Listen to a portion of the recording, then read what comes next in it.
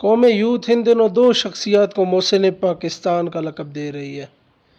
پہلے تو ڈاکٹر عبدالقدیر خان ہیں، جو کہ حقیقی طور پر بھی اس لقب کے حقدار ہیں کہ محسن پاکستان ہے، کیونکہ انہوں نے پاکستان کو ایٹمی طاقت بنانے میں ایک اہم کردار ادا کیا۔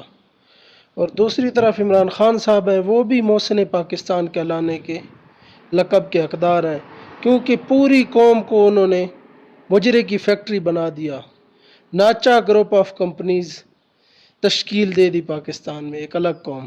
اور بعض یوتھی بار بار پوسٹیں کر رہے تھے کہ ہم اس بار فوج کے شانہ بشانہ کھڑے نہیں ہوں گے اگر جنگ ہو بھی گئی تو۔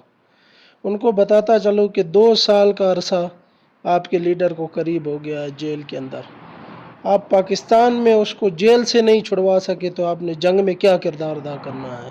اور اگر بھارت کے ساتھ جنگ کرنی ہے، کوئی مجرا نہیں کرنا، اگر مجرا کرنا ہوا تو آپ کو انشاءاللہ ضرور ساتھ لے کر چلیں گے۔